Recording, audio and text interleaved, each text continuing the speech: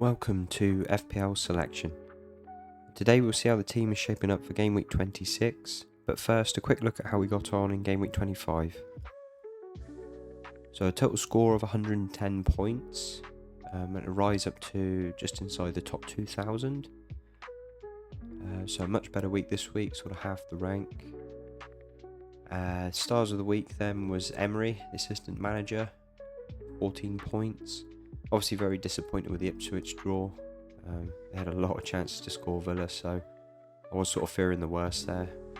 But the Liverpool game, obviously the draw was perfect, getting the 5 bonus points on top of the extra 5. So yeah, I was very happy with that decision in the end, and yeah, it's a nice little top up on the points there. Salah obviously coming in with 40 points as captain. Again, not much to say about Salah, it's just every week now and keeps getting the returns every game. Got return in both the games and the double, so yeah, undisputable him being captain every week at the moment, I think. And then Ollie Watkins, who I brought in for the double, 15 points. Yeah, very happy with that. I was a little bit worried, especially just the one return in the Ipswich game, whether he might get anything in the Liverpool game. But actually looking at his returns in recent weeks, I think it's 6 in the last 8 weeks, so it's quietly sort of hitting some nice form. So he might end up staying in my team a few more weeks now, whereas the plan originally was just to keep him for the double and move him on, but we'll show that in a moment.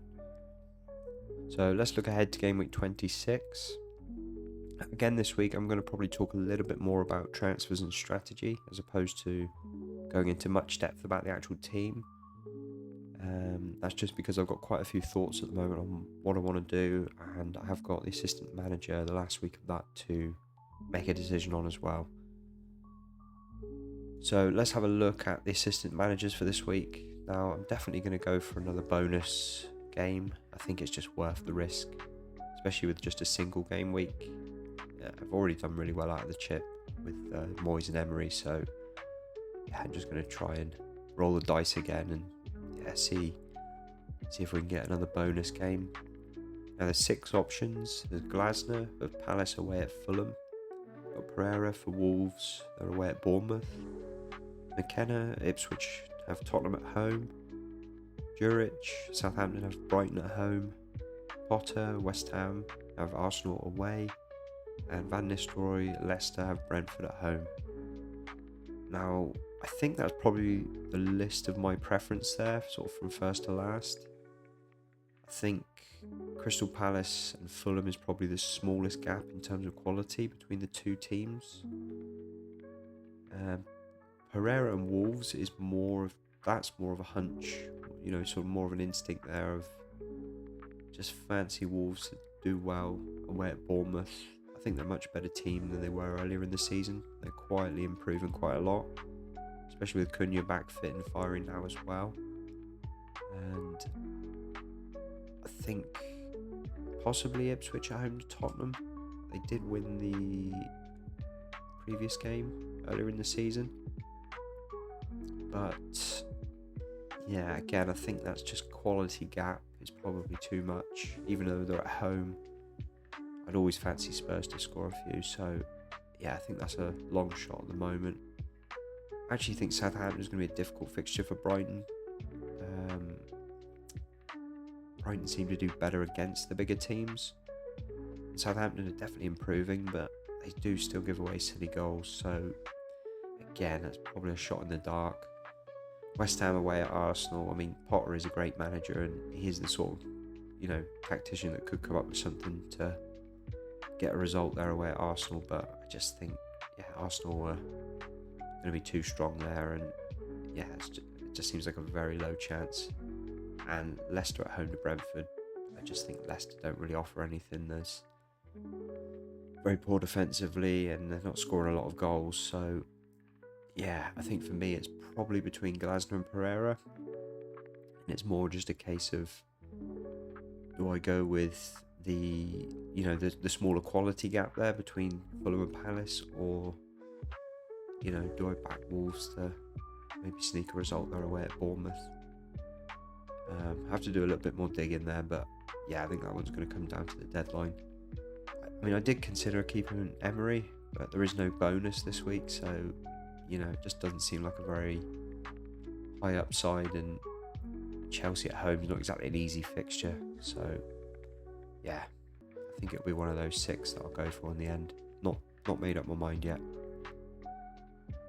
Then, in terms of the team transfers, I've sort of got probably 3 or 4 moves I want to make in the next sort of 4 to 5 weeks. With the Newcastle and Palace double being announced in game week 32, I think I'm definitely going to free hit in 29 now. Then I'm probably just going to work my way towards 33 and 34.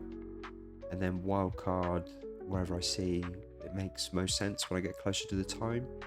Looks like 33 is going to have a few doubles, so maybe work towards that and then wildcard into 34, and I can set myself up there with some of the teams that are not going to be playing in 33 that I want in 34, and I can probably, you know, maneuver it in a way that I can bring players back in if I needed to.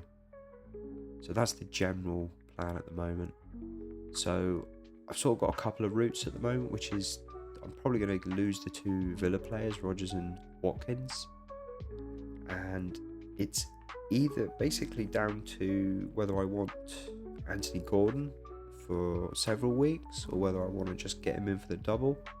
They don't have the best fixtures moving up to game week 32, but it does look better sort of 30 onwards. So it's whether I get Gordon in, that would limit me then to just 1 striker.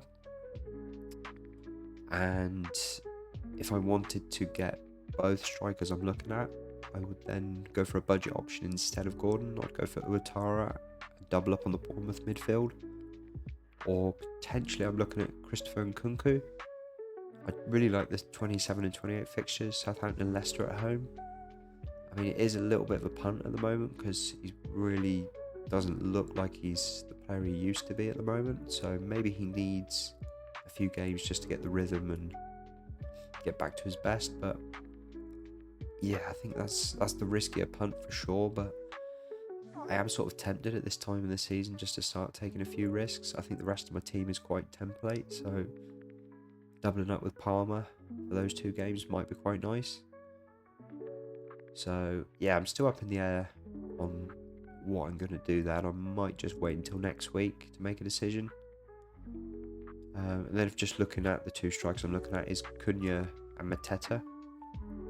Now Cunha has very good fixtures after Bournemouth away this week. He's got a nice run for most of the rest of the season. He's the talisman there for Wolves, and yeah, I think he can score in any game. So I think he might be a nice one just to keep for the rest of the season. But then also I'm looking at Mateta, who has the double in 32, and he's been in great form for many weeks now. He absolutely killed me at the end of last season, lost my mini leagues in the last day, hurt me in the double before that as well, so I'm well aware of him and his little runs of form that he goes on, so I'm definitely paying close attention. I think I will wait till probably next week, so I'm going to do a bit more scouting on those 2 and decide which way I want to go.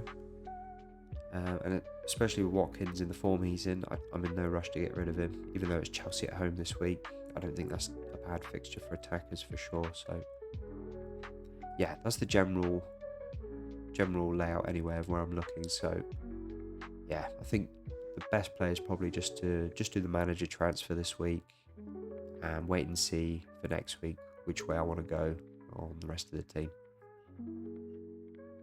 So let's move on to the team itself now. Let's look at the defence. So we've got the double Liverpool defence away at Manchester City. Now, this game is very, very hard to predict. I mean, City are obviously really in just such unpredictable form. It's just so hard to know what you're going to get with them. I mean, they beat Newcastle comfortably the other week. They've then, taken a beating off of Real Madrid. You just don't know what you're going to get with them. They could turn up here and give Liverpool hiding, or they could roll over and, you know, let in lots of goals like they did against Arsenal. So I really don't know what to think here. I'm certainly going to play Alisson. He's my only playing goalkeeper, so no point making a move there. And obviously Alexander-Arnold got the goal against Villa. He's always got attacking returns in the locker, so yeah, for me, I'm never going to bench him. So, I mean, this, like I said, there could be a few goals in this for Liverpool, so not expecting a clean sheet, certainly away at City, but yeah, again, it's just, there's no value there in making any transfers, I don't think, at the moment. And with a few fixtures coming up, there's no point really moving on the Liverpool assets for now, I don't think. Probably keep them through to the double if they have one in 33 or 34. Then Gabriel, West Ham at home. I think the Arsenal defence, the idea is that they're going to be more solid now because they're sort of limited in their attacking options. They got the clean sheet last time out against Leicester. I mean, that was to be expected, but West Ham, again, not scoring lots of goals. I think there's a good chance of a clean sheet here for Arsenal. And again, Gabriel's a season keeper, so yeah, there's not much to say about him really, other than the set piece threat's always there. And yeah, you're definitely backing Arsenal to have a few clean sheets from now until the end of the season. Lewis Hall is at home to Forest. Now, I think Newcastle are going to want a bit of a reaction after the loss to City last week. And again, Forest, you know, they can be quite defensive on the road, so you never expect them to score more than one. Chris Wood obviously will score it because he wants to cause pain every week. But yeah, I think there's a good chance of a clean sheet there, and it depends on Joe Linton, I guess, as well, or Joelinton, I should say.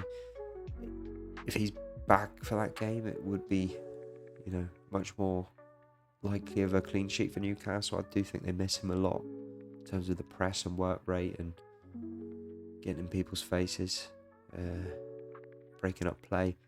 But yeah, I think certainly going to play him over Castagna this week anyway. He's got Crystal Palace at home. Just think that Newcastle home fixture, Forest, never expect them to score more than one on the road, so good chance of a clean sheet there, I think. So let's move on to the midfield. Salah is away at City.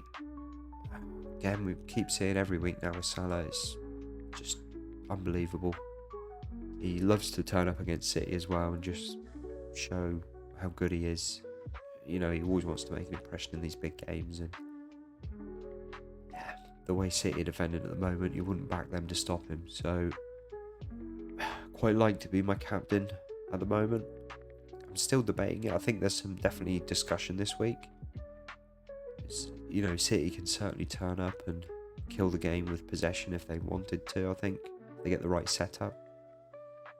But yeah, I just think with the form Salah's in, there's no point arguing against him at the moment. So I probably will end up captaining him just to be safe. But yeah, I'm definitely going to consider it up to the deadline anyway. Mbeumo is away to Leicester. He was very unlucky last week with a couple of disallowed goals where he would have had the assists.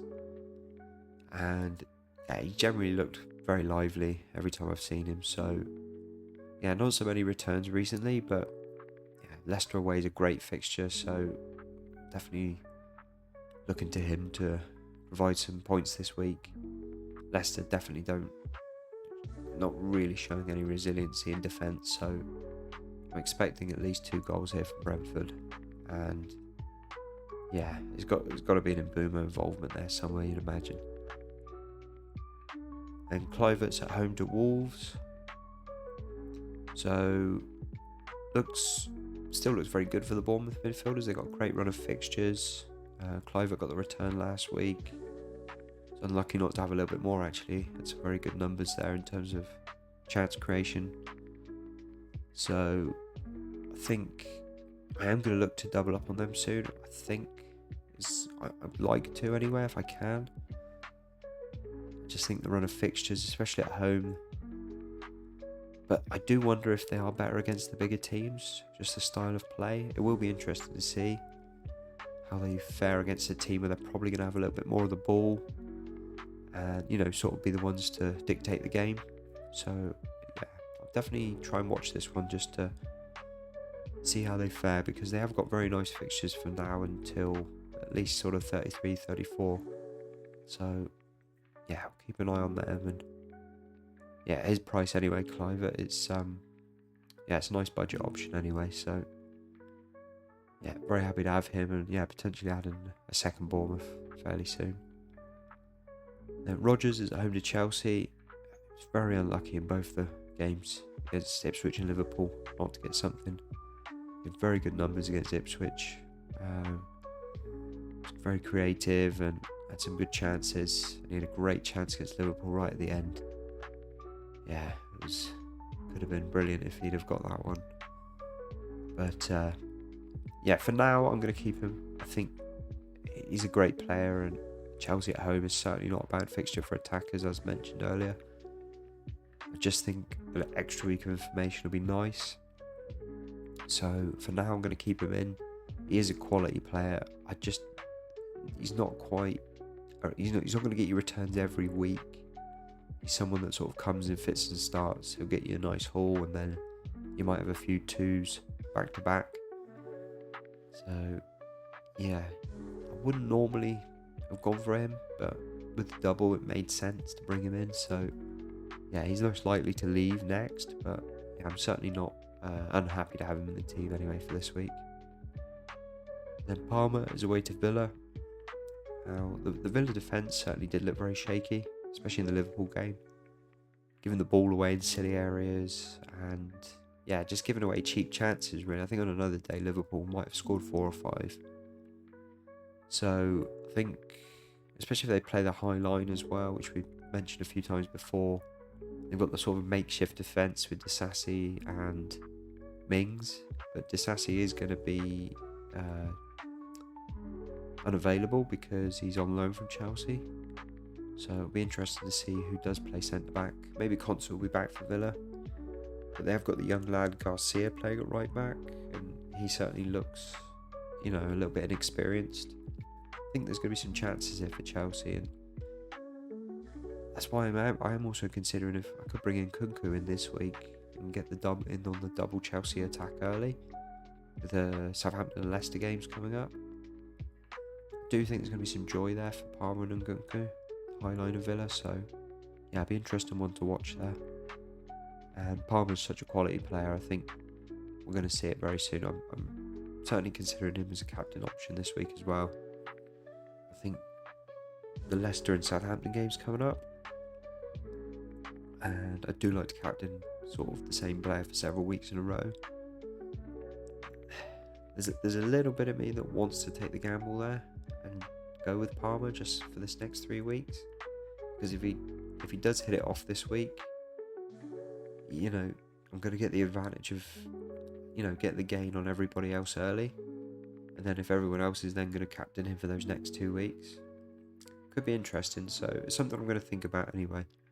Certainly between him, Salah, and potentially Mbeumo, although that's probably a longer shot. But yeah, see where we end up on the Friday deadline. So now let's move on to the strikers. Isak is at home to Forest. Now, Forest are obviously quite a defensive side, very solid. So, you know, you're not expecting to see, you know, lots of big chances for Isak, but generally does only need the one, and he's going to get you something. He has blanked in 3 of the last 4 games, so yeah, it's a little bit of a drop-off in form. I mean, there has been a lot of games played in the last sort of couple of months, so maybe the extra rest and, you know, especially they had the cup games as well. I think, yeah, maybe the extra week rest might be able to see, you know, him look a little bit sharper, and yeah, he's the best striker in the league, I think. So yeah, I'm certainly not looking to move him on anytime soon. Probably keep him all the way through now till doubles in 32 and potentially 33. Then Watkins is at home to Chelsea. Now Watkins, as I mentioned earlier, is quietly picking up some form now. I think he's got 6 returns in the last 8 weeks, or he's returned in 6 of the last 8 games, which, you know, is a very nice little run he's on at the moment. Obviously with Duran moving away from Villa, it's probably going to mean he's going to start most games. And I mean, at the start of the season I said he's the sort of player you want to keep for many, many weeks, talisman.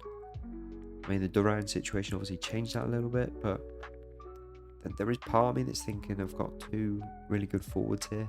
Should I just keep them now for several weeks? Yeah, gonna have to weigh that up. I'll probably keep Watkins this week, and then, like I said, I'm gonna look at Cunha and Mateta. But yeah, if he does perform well, I might end up just keeping him. And yeah, we'll see how that one plays out. But yeah, Chelsea are certainly not the best defensively anyway, so I'm sure there'll be some chances for him in the game. So just in summary, I think probably Glasner, Pereira. I'm edging just towards Glasner if I had to choose right now as assistant manager for the last week of that. I'm on Salah captain at the moment, but like I said, I'm looking potentially at Palmer for sort of a 3-week run. But I think that's going to take a bit of courage there to go against Salah. Yeah, we'll have to see close to the deadline how brave I'm feeling, but it's on Salah at the moment. Yeah, probably vice captain Palmer. So that's it for this one. Thanks for watching, and catch you on the next one.